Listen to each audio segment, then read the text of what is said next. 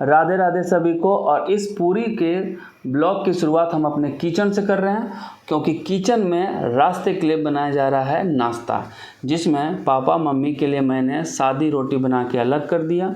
फिर हमने और अपनी छगुनिया के लिए बनाई पूरी, क्योंकि रास्ते में कुछ चटपटा खाना आना ही हो तो डेस्टिनेशन पहुंचने का मज़ा ही कुछ नहीं मिलता। इसलिए रास्ते के लिए मैंने खाना अच्छे से पैक कर लिया और हम लोग तैयार होकर निकल पड़े स्टेशन की ओर। स्टेशन पहुंचा तो ट्रेन लग चुकी थी और अपने बर्थ पर बैठने के बाद ट्रेन खुली और ट्रेन खुलते ही पापा श्री को लग गया भूख। उन्होंने पेट पूजा की और इनको खाते देख मम्मी को भी लग रहा था कि हम भी कुछ खा लें। फिर उन्होंने कुछ खाया। फिर हमारी ट्रेन निकल चुकी और अच्छे अच्छे वादियों से होते हुए खूबसूरत नज़ारे को देखते हुए रात बीतने के बाद सुबह करीब 6:30 बजे हम लोग पूरी स्टेशन पहुंच गए। फिर हमने वहां से लिए ऑटो और सीधा हम अपने होटल श्रीधाम पहुँचे। वहाँ पर छगुनिया अपने रूम में जाते हुए, और ये इन्होंने रूम जैसे खोला हम उन्हें देख करके मज़ा आ गया, क्योंकि रूम वाकई बहुत ही खूबसूरत था। और हमने 2 रूम बुक किए थे, एक में पापा और एक में हम लोग दोनों। और यहाँ से जो बालकोनी का व्यू था उसका कुछ अलग ही लेवल था। जैसे इन्होंने पर्दा हटाया और मैंने अपने आसपास की चीज़ों को गौर से देखा, जो वाकई बहुत ही खूबसूरत दिख रहे थे, क्योंकि अभी जस्ट बारिश ख़त्म हुई थी और चारों तरफ बादल छाए हुए थे। बादलों के बीच एक खूबसूरत मंदिर दिखाई दे रहा था जो बहुत ही खूबसूरत था। यहाँ फगुनिया बहुत तेज़ी से ब्रश कर रही, क्योंकि पापा का डोज बढ़ता जा रहा है कि जल्दी करो जल्दी करो, जल्दी मंदिर जाना है, बारिश का मौसम है, जल्दी निकलो, देर हो जाएगी। बहुत 17 बातें। फिर ये चली नहाने के बाद जस्ट हम नहाए और नहाने के बाद हम दोनों जल्दी से तैयार हुए। और हम लोगों का ये मंदिर का जो आउटलुक था बेहद ही खूबसूरत दिख रहा था। इसमें साड़ी में फगुनिया बहुत ही ज़्यादा सुंदर और ब्यूटीफुल लग रही थी। फिर मम्मी नीचे धीरे धीरे सीढ़ी से उतर रही थी और ये फगुनिया पहले से उतर के रेडी थी। और इनको मंदिर जाने की इतना जल्दी था कि बहुत तेज़ी से आगे बढ़ते जा रही थी। फिर ये हमारे सामने एक मंदिर है जो कॉरिडोर के पास था, गणेश जी का मूर्ति, और ये सामने का छोटा सा गार्डन। यहाँ से होते हुए हम लोग बाहर निकले और बाहर निकलते पापा वेट कर रहे हैं ऑटो का, जो जल्दी आ ही नहीं रही है क्योंकि बारिश हो रही थी। और ये हमारा होटल का व्यू है और होटल के व्यू के बाहर मम्मी जैसे बाहर निकली बारिश बहुत तेज़ हो गई। फिर हमने कुछ देर और वेट किया और जैसे ही ऑटो आई फिर बारिश शुरू हुई, फिर इंतज़ार किया, फिर बारिश शुरू हुई। ऐसे करते हुए लगभग आधे घंटे बीत गए। फिर ऑटो आए और ऑटो से हम लोग सीधे निकल पड़े मंदिर की ओर। और मंदिर के रास्ते गेट से थोड़ा दूरी पर रोक दिया और फिर वहाँ पहुँचे। फिर बारिश आ गई। ये बारिश हमारे पीछा छोड़ ही नहीं रहे थे। फिर बारिश छूटने के बाद हम लोग निकल पड़े मंदिर की ओर। ये सामने दिखा रहे जगन्नाथ जी का मंदिर और यहीं से रास्ते पर जगन्नाथ जी का रथ यात्रा निकलता है। कहा जाता है कि यह मंदिर लगभग 1135 से 1150 के बीच पूर्वी गंगा राजवंश के राजा कोंडगंगा ने बनाया था। इसमें 3 मूर्तियां हैं, एक जगन्नाथ जी जो भगवान श्री कृष्ण को समर्पित है, एक माता सुभद्रा और एक बालभद्र। इन तीनों की मूर्ति लकड़ी की बनी हुई है और इनकी ही पूजा की जाती है और इन्हीं की रथ यात्रा निकाली जाती है। ये सामने जो देख रहे हैं आप चक्र, ये श्री कृष्ण का चक्र है। इसे किसी भी डायरेक्शन से देखने पर आपको सीधा दिखाई देगी और इसके ऊपर जो झंडा फहर रहा है हमेशा हवा के अपोजिट डायरेक्शन में फहरता दिखाई देता है और इसकी कभी भी परछाई नहीं पड़ती है और इस पर कभी भी पक्षी नहीं बैठते हैं। मंदिर प्रांगण के बाहर समुद्र की लहरें की आवाज़ स्पष्ट सुनाई देती है, लेकिन मंदिर प्रांगण के अंदर समुद्र की लहरें पूरी तरह से शांत हो जाती है। ऐसी बहुत सारी तथ्य अद्भुत और रोचक हैं इस जगन्नाथ मंदिर के बारे में। फिर हम लोगों ने कुछ फ़ोटो खिंचाई क्योंकि अंदर ले जाना मोबाइल मना है। फिर बहुत तेज़ भूख लगी थी। फिर हम लोगों ने खाना खाया। खाना बहुत ही स्वादिष्ट था और बहुत ही टेस्टी था और सादा था, क्योंकि ज़्यादा तेल मसाला पापा पसंद नहीं करते हैं, इसलिए हमने साधारण और सिंपल खाना खाया। खाना खाने के बाद हम लोगों ने ऑटो ली और ऑटो से सीधे निकल पड़े अपने होटल की ओर। मैडम क्या कर रहे हैं? देखिए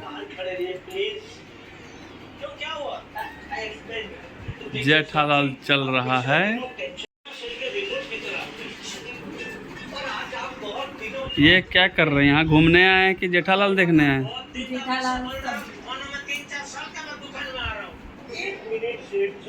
फिर हम लोगों ने की कुछ पागलपंती, और पागलपंती करने के बाद हम लोग निकल चुके हैं कोणार्क टेम्पल की ओर। और ये सामने श्री जगन्नाथ क्रिकेट स्टेडियम, जो बहुत ही खूबसूरत, लंबा चौड़ा, बहुत बड़ा स्टेडियम था।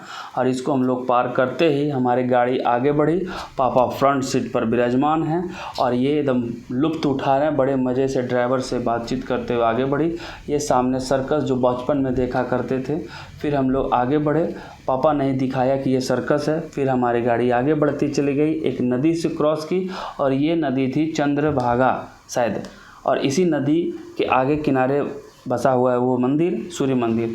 फिर कुछ दूर जाने के बाद गाड़ी रुकी और हम लोग कहाँ पे रुके, तो एक सैंड आर्ट म्यूजियम में, जहाँ पे बालू से बनाया गया कुछ मूर्तियाँ थी जो बहुत ही खूबसूरत थी। पहले हमने टिकट लिए, फिर हम लोग आ गए यहाँ पे सैंड आर्ट, ये बनाई गई बालू से मूर्ति, जो ताजमहल की मूर्ति है, ये बाबा जगन्नाथ जी का मूर्ति है जो बालू से बनाई गई। फिर हम लोग ने गाड़ी में कुछ मस्ती की, हम लोग पीछे बैठे थे, पापा आगे और मम्मी बीच में बैठी थी, और पूरे मस्ती से हम लोग डांस करते हुए मज़े से पापा को नज़र छिपा करके हम लोग पीछे बैठे ताकि हम लोग फुल एंजॉय कर सकें। फिर गाड़ी हमारी आगे बढ़ी और पापा बड़े मज़े में आगे बैठ करके वादियों और खूबसूरत नज़ारों का मज़ा ले रहे थे। और ये ड्राइवर साहब भी बहुत अच्छे थे, जो हम लोगों को हर जगह रोक रोक के दिखाए जा रहे थे। और बगल में पड़ी समुद्र, जो मम्मी के लिए फ़र्स्ट एक्सपीरियंस था। मम्मी देख करके बहुत खुश हुई, और अगल बगल की समुद्र जो थी बहुत ही खूबसूरत व्यू दे रहा था। और इन रास्तों से होते हुए हमारी गाड़ी आगे कोणार्क शहर की ओर जा रही थी। और ये कोणार्क शहर जगन्नाथपुरी से लगभग 35 किलोमीटर की दूरी पर, और हम लोग इंटर कर चुके हैं कोणार्क शहर। और फिर यहाँ आते ही हम लोगों ने टिकट लिया, और टिकट लेने के बाद सबसे पहले गार्डन एरिया से होते हुए हम लोग पहुँच गए ये कोणार्क म्यूजियम, और यहीं से सामने शायद आपको दिखाई देगी कोणार्क मंदिर। लेकिन सबसे पहले हम लोग टिकट कटवा के सीधे पहुँचे कोणार्क म्यूजियम। और ये कोणार्क म्यूजियम में कुछ स्थल हैं जो पुरानी चीज़ों की याद दिलाते हैं। ये सामने दिख रहा है आपको कोणार्क मंदिर। फिर यहीं बगल में साइड लेफ्ट में आपको टिकट मिलती है। टिकट लेने के बाद हम लोग सीधे एंट्री होती है कोणार्क टेम्पल की ओर। फिर हम लोगों ने टिकट लिया, और 4 टिकट लेने के बाद हम लोग आगे बढ़े, और पापा यहाँ टिकट की चेकिंग करवा रहे हैं। और टिकट चेक होने के बाद चारों टिकट चेक हुई, और चेक होने के बाद एक एक करके बारी बारी से हम लोग अंदर एंट्री लिए। और एंट्री लेते ही जो खूबसूरत कलाकृति थी, जो देखने लायक थी, मतलब पहले ज़माने के लोग इतने अच्छे से आर्किटेक्ट किए थे, जो लग रहा था कि अभी के लोग भी ऐसा नहीं कर सकते, इतनी खूबसूरत थी। ये जो मंदिर है बेसिकली सूर्य मंदिर को समर्पित है। एक ये सूर्य मंदिर यह उड़ीसा राज्य में जगन्नाथपुरी से 35 किलोमीटर की दूरी पर स्थित है, और ये कोणार्क शहर में है। इस मंदिर का निर्माण कलिंग स्थापत्य शैली के आधार पर किया गया है। इस मंदिर का जो पूरी तरह से श्रेय गंग वंश के राजा प्रथम नरसिंह देव को दिया जाता है, और इस मंदिर को यूनेस्को ने विश्व धरोहर के रूप में मान्यता दी है। और भारतीय संस्कृति का ये सबसे खूबसूरत नज़ारा है, और इसके कलाकृति ऊपर से लेकर नीचे तक बहुत ही खूबसूरत है। चारों तरफ लोग भरे पड़े थे इसे देखने के लिए। बड़े बड़े आकृति के चक्र लगे थे जो रथ के आधार पर बने हुए, जो इसको खींचने का प्रयास करता है। और इसकी जो दीवारें थी पूरी तरह से दीवारों में कलाकृति की गई थी, मूर्तियां थी। और ये जो 10 रुपये के नोट में भारतीय संस्कृति को बढ़ावा देने के लिए इस मंदिर को 10 रुपये के नोट में पिरोया गया है। नोट के जस्ट पीछे में आप देखिएगा तो आपको इस चक्र का व्यू दिखाई देगा। वाकई बहुत ही खूबसूरत है, पैसा वसूल ट्रिप हुआ हमारा।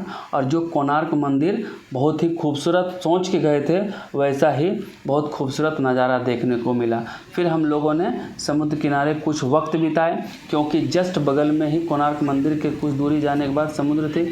पापा और मम्मी दोनों के लिए फ़र्स्ट एक्सपीरियंस, दोनों इस मूवमेंट को बहुत मज़े से एंजॉय कर रहे थे, और समुद्र की चीज़ों को, समुद्र के आसपास की चीज़ों को बहुत बारीकी से निहार रहे थे।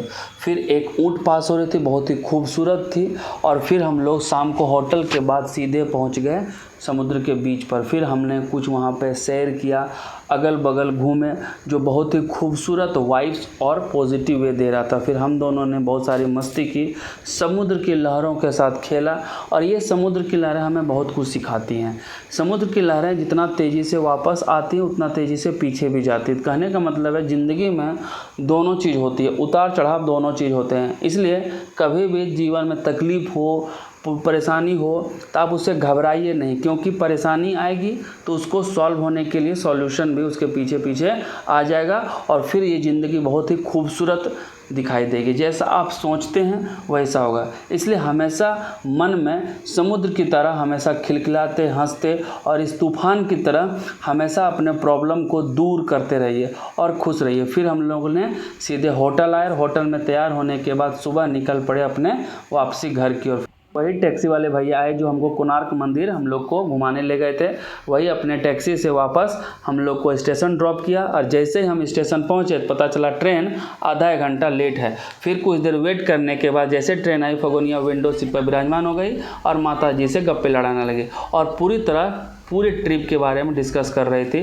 फिर हम लोग चुपचाप अपने जाके सीट पर बैठ गए, क्योंकि इस सास और बहू के बातचीत में पढ़ना बेवकूफ़ी है। इसलिए पापा भी अपने बर्थ पर पड़ गए, हम भी अपने बर्थ पर पड़ गए और बहुत ही खूबसूरत यादों के साथ, बहुत ही खूबसूरत लम्हे के साथ सब चीज़ को यादगार करते हुए इस पुरी को टाटा बाय बाय करते हुए हम लोग अपने घर देवघर की ओर प्रस्थान किए। और ये वाकई बहुत ही खूबसूरत, बहुत ही यादगार और मज़ेदार ट्रिप रहा, जो हमारे फैमिली को, हमको और अपनी फगोनिया को हमेशा ज़िंदगी भर याद रहेगा। वाकई में ये ट्रिप बहुत ही शानदार और बहुत ही खूबसूरत रहा, यादगार रहेगा, ज़िंदगी भर रहेगा, क्योंकि ये हमारे छगुनिया और अपने मम्मी पापा के साथ पहली ट्रिप थी जो बहुत ही खूबसूरत और यादगार रही। इसलिए आप लोग को भी कभी समय मिले तो आप जगन्नाथ जी के दर्शन कीजिए और साथ में समुद्र का वाइब्स और कोणार्क मंदिर की शान को देखिए, जो बहुत ही खूबसूरत है।